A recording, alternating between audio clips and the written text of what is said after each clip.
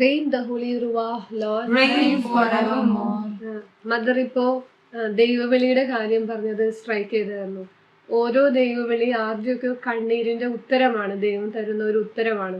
അപ്പോ ഇന്ന് രാവിലെ നോക്കിയ ഒരു ദൈവവചനാണ് എനിക്ക് ഓർമ്മ വന്നത്. മദർ ഇപ്പൊ പറഞ്ഞത് വളരെ ഒരു കണക്റ്റിംഗ് ആയിട്ട് എനിക്ക് തോന്നി. എക്സോഡസ് പുറപ്പാട് 2-ാം അധ്യായം 23b. അടിമകളായി കഴിഞ്ഞിരുന്ന ഇസ്രായേൽ മക്കൾ നെടുവീർപ്പിട്ട് നിലവിളിച്ചു. അവരുടെ നിലവിളി ദൈവസന്നിധിയിലെത്തി. ദൈവം അവരുടെ ദീനരോധനം ശ്രവിക്കുകയും അബ്രഹാത്തോടും ഇസഹാക്കിനോടും യാക്കോബിനോടും ചെയ്ത ഉടമ്പടി ഓർമ്മിക്കുകയും ചെയ്തു.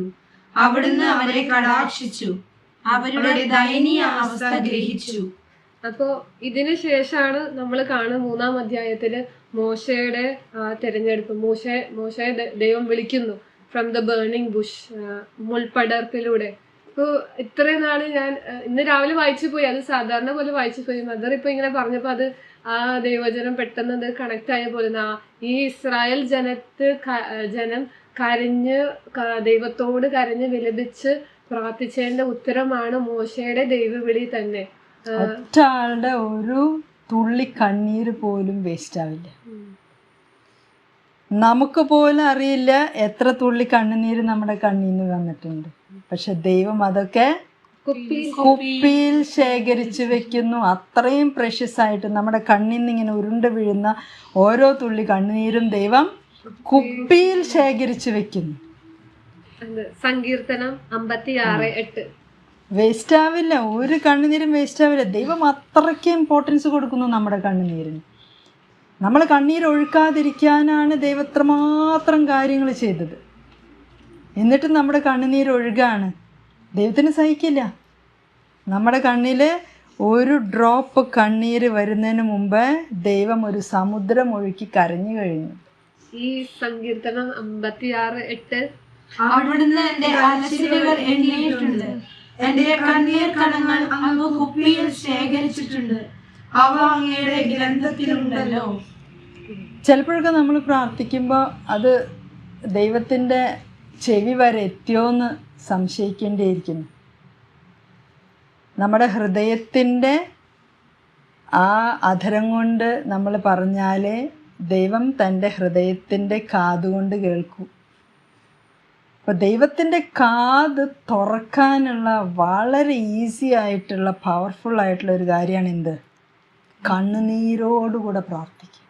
അപ്പോൾ നിങ്ങൾ നിങ്ങളുടെ മക്കൾക്ക് വേണ്ടി പ്രാർത്ഥിക്കുന്നുണ്ടെങ്കിൽ, വെറുതെ പ്രാർത്ഥിക്കുന്നുണ്ടെങ്കിൽ കണ്ണുനീരൊഴുക്കി പ്രാർത്ഥിക്കുക. അല്ലെങ്കിൽ തിരുസഭയ്ക്ക് വേണ്ടി പ്രാർത്ഥിക്കുന്നുണ്ടെങ്കിൽ കണ്ണുനീരൊഴുക്കി പ്രാർത്ഥിക്കുക. കണ്ണുനീര് എന്തുകൊണ്ട് വരുന്നില്ല? നമ്മൾ സ്വന്തമാക്കിയിട്ടുണ്ടെങ്കിലാണ് കണ്ണീര് വരിക. സ്വന്തമാക്കിയ ഒരു കാര്യത്തെപ്പറ്റി, സ്വന്തമാക്കിയ ആൾക്കാരെ പറ്റി പ്രാർത്ഥിക്കുമ്പോഴാണ് കണ്ണുനീര് വരിക. അപ്പോൾ ദൈവജനത്തിന് സ്വന്തമാക്കി പ്രാർത്ഥിച്ചാലോ കണ്ണുനീര് തന്നെ വരും. തിരുസഭ ക്രിസ്തുവിൻ്റെ മണവാട്ടി എന്ന് പറയുമ്പോൾ, തിരുസഭ ക്രിസ്തുവിൻ്റെ ഭൗതിക ശരീരം എന്ന് പറയുമ്പോൾ നമ്മളെല്ലാവരും കൂടിയതാണ് ആ ശരീരം, ക്രിസ്തുവിൻ്റെ ശരീരം. ക്രിസ്തു ശിരസാകുമ്പോൾ അപ്പോൾ നമ്മളെല്ലാവരും ഒരുമിച്ച് നിൽക്കേണ്ടവരാണ്.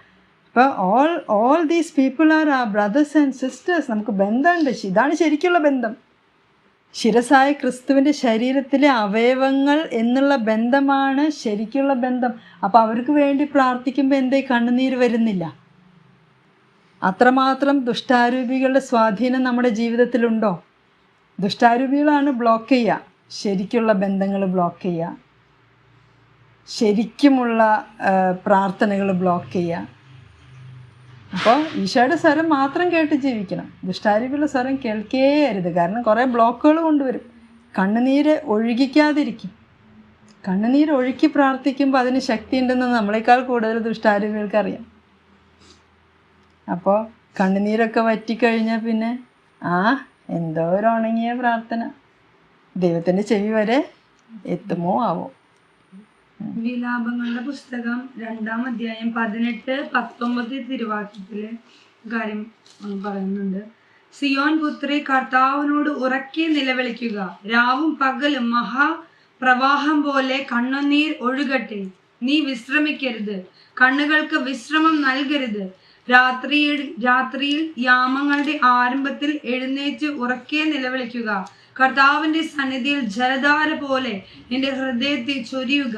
നാൽക്കവലകളിൽ വിശന്ന് തളർന്നു വീഴുന്ന നിന്റെ മക്കളുടെ ജീവന് വേണ്ടി നീ അവിടുത്തെ സന്നിധിയിലേക്ക് കൈകൾ ഉയർത്തുക.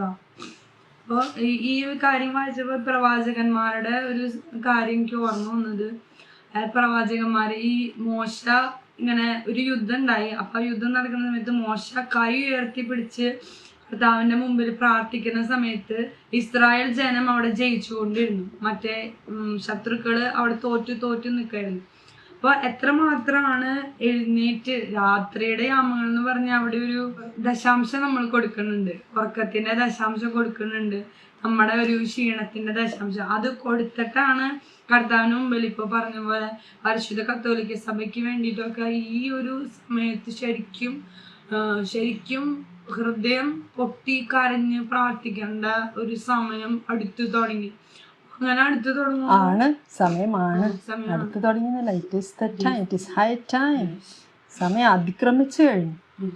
അപ്പൊ അത്രയും അങ്ങനെ ആയിരിക്കുന്ന സമയത്ത് ഇനി കിടന്നോ ഉറങ്ങാനോ അല്ലെങ്കിൽ അലസമായിട്ട് വിടാനുള്ള ഒരു തരി പോലും സമയമില്ല. അതുകൊണ്ടാണ് ഈ വിലാപങ്ങളുടെ ഈ ഒരു വാക്യം, വിലാപങ്ങൾ 2-ാം അധ്യായം 18-19 തിരുവാക്യങ്ങൾ, ആ രാത്രിയുടെ യാമങ്ങളിൽ എഴുന്നേറ്റിരുന്നിട്ട് ഉറക്കെ നിലവിളിച്ച് പരിശുദ്ധ കത്തോലിക്ക സഭയ്ക്ക് വേണ്ടി പ്രാർത്ഥിക്കണം.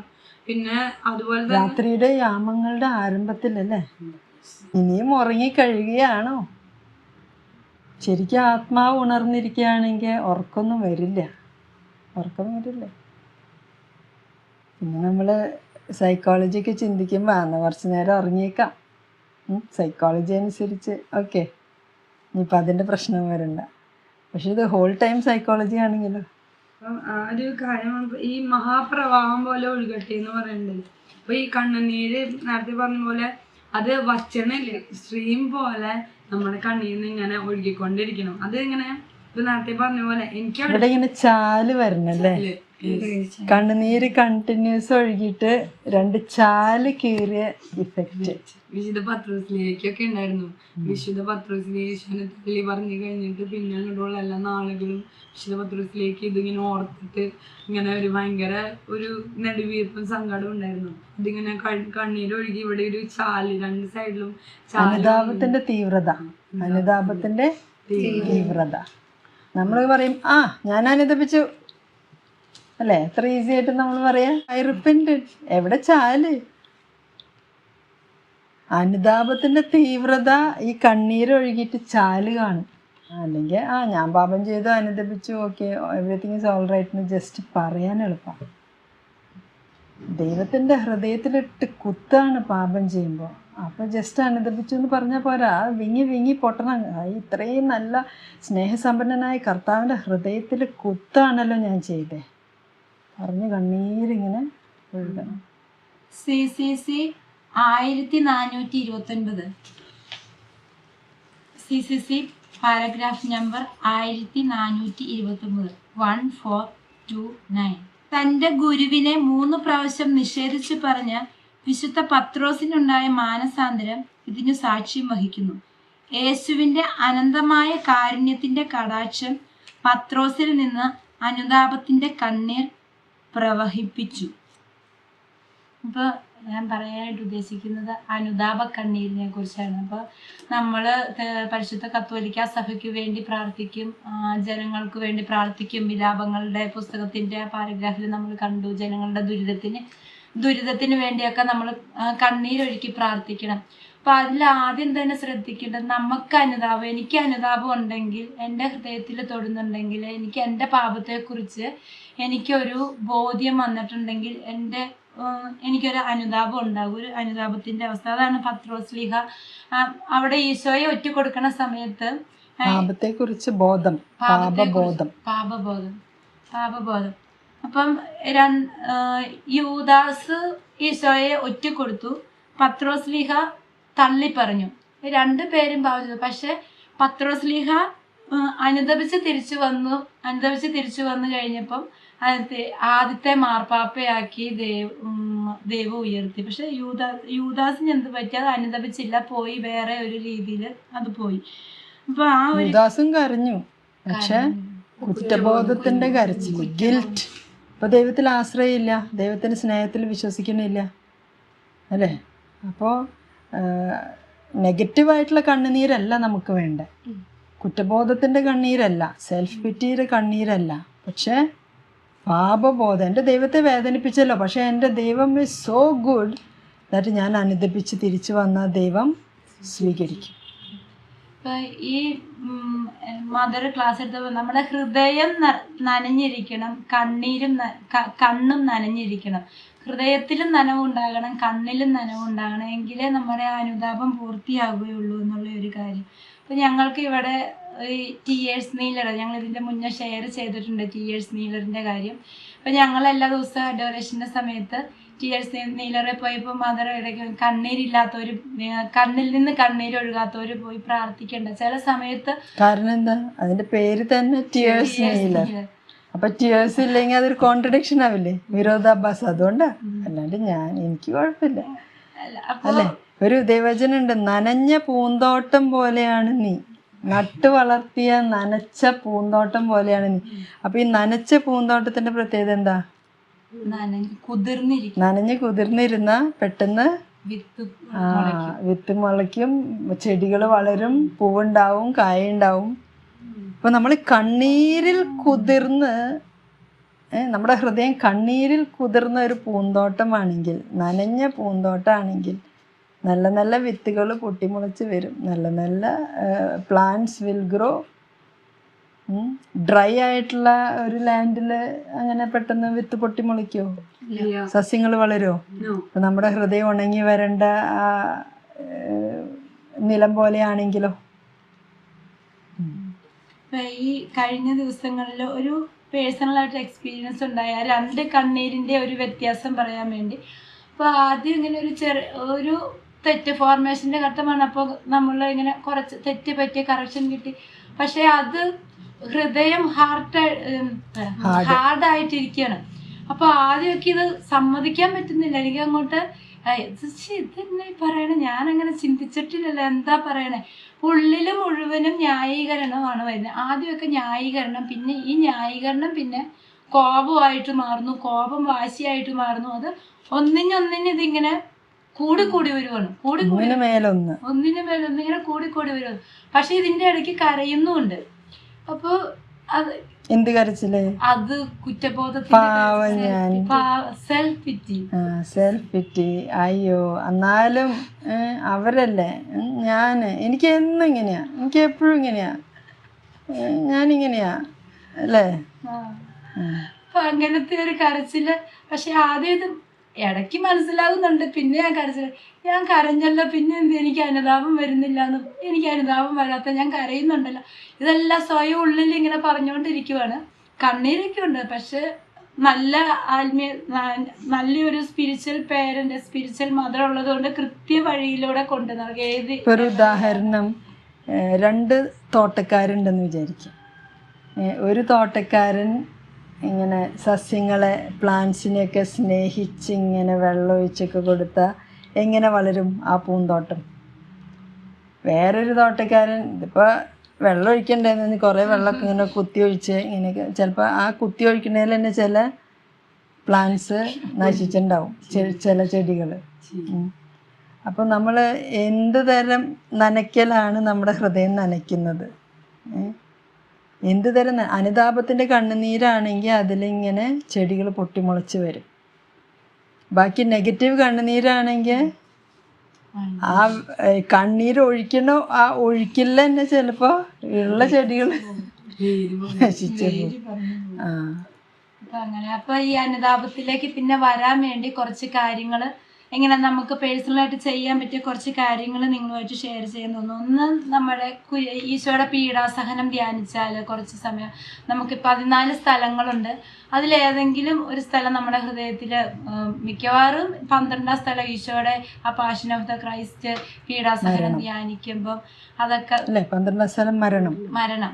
ഈശോ കുരിശിന്മേൽ തൂങ്ങി മരിക്കുന്ന ആ ഭാവമൊക്കെ ഓർക്കുമ്പോൾ ആർക്ക് വേണ്ടിയാ മരിച്ചേ?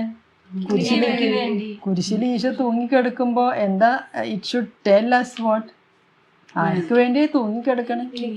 ഞാൻ തൂങ്ങിക്കിടക്കേണ്ട സ്ഥലത്ത് ആരാ തൂങ്ങിക്കിടക്കണേ? എനിക്ക് വേണ്ടി. ഞാനാണ് കുറ്റം ചെയ്ത ആള്, ഞാനാണ് അവിടെ തൂങ്ങിക്കിടക്കേണ്ടത്. എനിക്ക് പകരം പാപമില്ലാത്ത ഈശോദയെ തൂങ്ങിക്കിടക്കുന്നു. അതാണ് കുരിശ് നമ്മോട് പറയുന്നത്.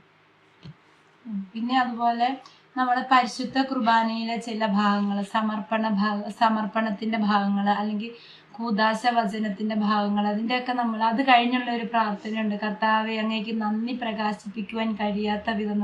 അങ്ങനെ ഓരോ പ്രാർത്ഥനയുടെ അർത്ഥങ്ങൾ നമ്മൾ ഉള്ളിൽ നമുക്ക് ടച്ച് ചെയ്തിട്ടുണ്ടെങ്കിൽ നമുക്ക് ആ ഒരു അനുതാപം വരും. അതുപോലെ തന്നെയാണ് നമ്മളെ സ്പിരിച്വൽ ആത്മീയ ജീവിതത്തിലേക്ക് വളർത്തുന്ന വ്യക്തികൾ. ഇപ്പം എൻ്റെ ജീവിതത്തിൽ എത്ര പാപത്തിൻ്റെ കുഴിയിൽ നിന്നാണ് ഞാൻ കയറി വന്നത്, ഇത്രയും നാളിവിടെ നിന്നത്. അപ്പം ആ ഒരു പ്ലഷർ എടുത്ത ആ ഒരു സമയത്ത് ഞാൻ എൻ്റെ സ്പിരിച്വൽ പേരൻറ്റിൻ്റെ, അല്ലെങ്കിൽ എന്നെ ഇത്രയും ആത്മീയ ജീവിതത്തിലേക്ക് എന്നെ കൈ പിടിച്ചുയർത്തിയ ആ ഒരു സ്പിരിച്വൽ പേരൻറ്റിനെ, ആ കമ്മ്യൂണിറ്റിയെ തള്ളിപ്പറയുന്ന ഒരവസ്ഥ വരുമ്പം അത് ശരിക്കും കർത്താവിനെ തള്ളിപ്പറയുന്ന പോലെ കർത്താവിനെയാണ് തള്ളിപ്പറയുന്നത്. ആ എന്നെ ഇത്രയും എനിക്ക് അനുതാപം വരുന്നില്ലെങ്കിൽ അത് ഓർത്താൽ മതി, ഞാൻ എങ്ങനെയായിരുന്നു ഇതിൻ്റെ മുന്നേ, എങ്ങനെയാണ് എന്നെ ഈ ഇത്രയും നാൾ വളർത്തിക്കൊണ്ട് വന്നത്, അല്ലെങ്കിൽ ഇപ്പം എങ്ങനെയാണ് എന്നെ കൈ പിടിച്ച് നടത്തിക്കൊണ്ട് പോകുന്നത്. അത് ഓർത്ത് കഴിയുമ്പോൾ നമുക്ക് അനുതാപം തന്നെ വന്നോളൂ. ശരിക്കും അനുതാപം അത്ര ആ ഒരു ഹൃദയം പിന്നെ പോയി കുമ്പസാരിച്ച് കഴിയുമ്പോഴാണ് നമുക്ക് ആ ഒരു ഹീലിങ് പൂർണ്ണമായിട്ടും കർത്താവിൻ്റെ ആ കാരുണ്യം കിട്ടുകയുള്ളൂ. എപ്പോഴാണ് അനുതാപം വരിക? സത്യത്തെ പറ്റിയൊരു ബോധം ഉണ്ടാവുമ്പോൾ. നോണ ഇങ്ങനെ പറഞ്ഞുകൊണ്ടിരിക്കുമ്പോൾ, സത്യമല്ലാത്ത കാര്യങ്ങൾ നമ്മളിങ്ങനെ ഉള്ളിൽ പറഞ്ഞുകൊണ്ടിരിക്കുമ്പോൾ അനുതാപം വരില്ല, കണ്ണുനീര് വരില്ല. ആവശ്യമില്ലാത്ത ന്യായീകരണങ്ങളൊക്കെ നമ്മളിങ്ങനെ ഉള്ളിൽ ചെയ്തുകൊണ്ടിരിക്കുമ്പോൾ അത് സത്യമല്ലാത്ത കാര്യങ്ങൾ പറഞ്ഞുകൊണ്ടിരിക്കുകയാണെങ്കിൽ എങ്ങനെ കണ്ണുനീര് വരും? അപ്പം അതുകൊണ്ട് സത്യം, നമ്മളിപ്പോൾ ഈശോയുടെ പീഡാനുഭവം ധ്യാനിക്കുക എന്നൊക്കെ പറഞ്ഞത് സത്യമാണ്. ദൈവത്തിൻ്റെ വചനം സത്യമാണ്. ചിലപ്പോൾ ബൈബിൾ തുറന്നൊരു വചനം എടുക്കുമ്പോൾ ആ സത്യം സ്ട്രൈക്ക് ചെയ്യുമ്പോൾ നമുക്ക് കണ്ണുനീര് വരും, അനുതാപം വരും, അല്ലേ? സാവൂളിനെ കുതിരപ്പുറത്തുനിന്ന് തട്ടിട്ടു. എന്നിട്ട് പറഞ്ഞു, നീ പീഡിപ്പിക്കുന്ന യേശുവാണ് ഞാൻ എന്ന് ഈശോ പറഞ്ഞപ്പോൾ സാവൂളിനൊരു, കാരണം സത്യമാണത്. അതേവരെ സാവൂള് പീഡിപ്പിക്കാന്ന് വിചാരിച്ചിട്ടല്ല ചെയ്തായിരുന്നത്, എന്തോ ഒരു നല്ല കാര്യം ചെയ്യണ പോലെയാണ് ക്രിസ്ത്യാനികളെ പീഡിപ്പിച്ചായിരുന്നത്. അപ്പോൾ വചനമായ സത്യമായ ഈശോ തന്നെ പറയാണ്, നീ പീഡിപ്പിക്കുന്ന ഈശോയാണ് ഞാൻ എന്ന് പറഞ്ഞാൽ സത്യം ആണ് ആക്ച്വലി അവനെ സ്ട്രൈക്ക് ചെയ്ത് കുതിരപ്പുറത്തുനിന്ന് തള്ളി താഴെയിട്ട്. അപ്പോൾ സത്യങ്ങൾ സ്ട്രൈക്ക് ചെയ്യുമ്പോൾ ആരൊക്കെയാണ് നമ്മൾ സഹായിച്ചേക്കുന്നത്, അല്ലെങ്കിൽ എന്തൊക്കെയാണ് സത്യമായിട്ട് സംഭവിച്ചിരിക്കുന്നത്, ആ കാര്യങ്ങൾ സ്ട്രൈക്ക് ചെയ്യുമ്പോഴാണ് അത് ഹൃദയത്തിൽ തൊടും, സത്യമായിട്ടുള്ള കാര്യങ്ങൾ. അപ്പോഴാണ് കണ്ണീര് വരിക. നമ്മൾ നുണയിൽ ജീവിച്ചിരിക്കുന്നിടത്തോളം കാലം ഒരു കണ്ണീരും വരില്ല. അപ്പോൾ എനിക്ക് കണ്ണീര് വരുന്നില്ല എന്ന് പറയുകയാണെങ്കിൽ എന്താ അർത്ഥം? ഞാൻ എന്തോ നുണ ചിന്തിച്ചുകൊണ്ടിരിക്കുക, എന്തോ നുണയിലാണ് ജീവിക്കണേ, അതുകൊണ്ടാണ് കണ്ണീര് വരാത്തെ.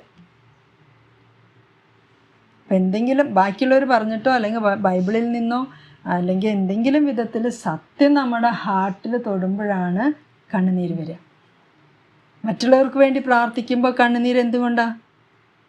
അവർ പാപം ചെയ്താലും എന്ത് ചെയ്താലും കർത്താവെ, അങ്ങയുടെ ഛായയിലും സാദൃശ്യത്തിലും സൃഷ്ടിക്കപ്പെട്ട മനുഷ്യൻ അവർ നശിച്ചു പോകാൻ ഇടവരല്ലേ എന്നുള്ളൊരു സത്യം സ്ട്രൈക്ക് ചെയ്തിട്ട് പ്രാർത്ഥിച്ചു നോക്കി, അല്ലേ? പഴയ നിയമത്തിൽ കാണും പ്രവാചകന്മാരൊക്കെ, അവർ പാപം ചെയ്യാതെ വിശുദ്ധമായ ജീവിതം ജീവിച്ചിട്ടും ജനങ്ങളുടെ കൂടെ അവരുടെ മധ്യേ നിന്നുകൊണ്ട് കർത്താവിനോട് പറയും, കർത്താവേ, ഞങ്ങൾ പാപം ചെയ്തു പോയി, ഞങ്ങളോട് ക്ഷമിക്കണേ. അല്ലാണ്ട് ജനത്തിന് കുറ്റം പറഞ്ഞ് അവർ പാപം ചെയ്തു എന്നല്ല. അപ്പോൾ ദൈവത്തിൻ്റെ സ്നേഹത്തിനെ തൊടുന്ന തരത്തിൽ ഒരു സത്യം പറയുമ്പോൾ കണ്ണീര് വരും. സത്യം കേൾക്കുകയും പറയുകയും ചെയ്യുമ്പോഴാണ് കണ്ണുനീര് വരുള്ളൂ. അതുകൊണ്ടാണ് കണ്ണുനീരോടുകൂടി പ്രാർത്ഥന ഇത്രയും പവർഫുൾ. കാരണം എന്താ? സത്യത്തിൽ നിന്നുകൊണ്ടാണ് പ്രാർത്ഥിക്കുന്നത്. നിരാശയുടെയോ സെൽഫ് പിറ്റിയുടെയോ കുറ്റബോധത്തിൻ്റെയൊക്കെ കണ്ണീര് അതൊരു സത്യമല്ല. ദൈവത്തിന് ചെറുതാക്കണ പോലെയാ. ഓ ഞാൻ പാപം ചെയ്തു, ഞാൻ നശിച്ചു പോണു. അപ്പം ദൈവം എവിടെയാ? ദൈവത്തിന് നിന്നെ രക്ഷിക്കാൻ പറ്റും. രക്ഷിക്കാൻ കഴിയാത്ത വിധം കർത്താവിൻ്റെ കരങ്ങൾ കുറുകിപ്പോയിട്ടില്ല. പ്രത്യാശയുണ്ട്. നിരാശയിൽ ഇങ്ങനെ പൂണ്ടിങ്ങനെ പറ്റില്ല പറ്റില്ല പറ്റില്ല എന്ന് പറയുന്നത് പരിശുദ്ധാത്മാവിനെതിരെ പാപം തന്നെയാണ്. പരിശുദ്ധാത്മാവില്ലേ സഹായിക്കാൻ? ആരും സഹായിക്കാനില്ലാത്ത പോലെ യൂദാസൊക്കെ അയ്യോ ആരും സഹായിക്കാൻ, ഇനി എന്ത് ചെയ്യും? അപ്പം നീ നിന്നെ അത്രമാത്രം വലുതാക്കി വെച്ചിട്ടുണ്ട്. കാരണം നീ ഫെയിലായ എവറിത്തിങ് ഫെയിലായ പോലെയാണ്. നീ ഫെയിലായാലും ജയിച്ചിരിക്കുന്ന ഒരു ദൈവം ഉണ്ടല്ലോ. അനുദപിച്ച അപ്പോൾ സ്വീകരിക്കുന്നവനാ ദൈവം. അനുതാപം മാത്രമേ കണ്ടീഷനായിട്ട് പറഞ്ഞിട്ടുള്ളൂ. അനുദപിച്ചില്ലെങ്കിൽ പിന്നെ എങ്ങനെ തിരിച്ചെടുക്കുക? അപ്പോൾ പിന്നെ അസത്യമായി മാറും അനുദപിക്കാണ്ട് ഇങ്ങനെ സ്വീകരിച്ച അല്ലേ. പാപത്തിൻ്റെ അതിന് ശിക്ഷയും കാര്യങ്ങളൊക്കെ ഉണ്ട്. അപ്പം നീ പാപം ചെയ്താലും വന്നോ എന്ന് പറഞ്ഞാൽ അത് ശരിയാവില്ല. അത് ന്യായത്തിനെതിരാണ്, ജസ്റ്റിസിനെതിരാണ്. പാപം ചെയ്തു, ഓക്കെ, നീ അനുദപിച്ച് തിരിച്ചു വരാൻ റെഡിയാണോ? സഹായിക്കാൻ ആൾക്കാരുണ്ട്. നമ്മൾ പാപം ചെയ്താലും ദൈവം നമ്മൾ അനുദപിച്ച് തിരിച്ചു വന്നാൽ സ്വീകരിക്കുന്ന, ആലിംഗനം ചെയ്യുന്ന ഒരു ദൈവമാണ് നമ്മുടെ. That shows we are magnifying the lord. വലിയ ദൈവത്തെ വലിയവനായി തന്നെ കണക്കാക്കുക. ഞാൻ ചെറുതാ, എനിക്കൊക്കെ തെറ്റ് പറ്റിപ്പോയി, ദൈവമേ അങ്ങേക്കല്ലാതെ ആർക്ക് ക്ഷമിക്കാൻ പറ്റും? എനിക്കൊന്നും പറ്റണില്ല ക്ഷമിക്കാൻ. അതൊരു തരം എളിമ തന്നെയാണ്. ഓ എനിക്ക് തെറ്റ് പറ്റിപ്പോയി, ഇനി ഞാനിപ്പോൾ എന്ത് ചെയ്യും, എനിക്ക് ഇനി രക്ഷയൊന്നുമില്ല എന്ന് പറയുന്നത് അപ്പോൾ ദൈവത്തിനേക്കാളും വലിയ ആളായി. എനിക്ക് പറ്റില്ല, അപ്പോൾ ഒന്നും പറ്റില്ല. നീ ആരാ? പൊടി. മനുഷ്യ നീ പൊടിയാകുന്നു. പൊടി പൊടി പൊടി പൊടി പൊടി. അപ്പോൾ സത്യം സ്ട്രൈക്ക് ചെയ്യുമ്പോൾ കണ്ണീര് വരും. അല്ലെങ്കിൽ പിന്നെ അസത്യം സ്ട്രൈക്ക് ചെയ്തിട്ട് സെൽഫ് പിറ്റിന്ന് വരുന്ന കണ്ണുനീര് ഡ്യൂപ്ലിക്കേറ്റ് കണ്ണീര്, ഒറിജിനൽ അല്ല അല്ലേ. എല്ലാറ്റിനും ഒരു ഒറിജിനലിന് ഒരു ഡ്യൂപ്ലിക്കേറ്റ് കിട്ടുമെന്ന് പറയില്ലേ, അതുപോലെ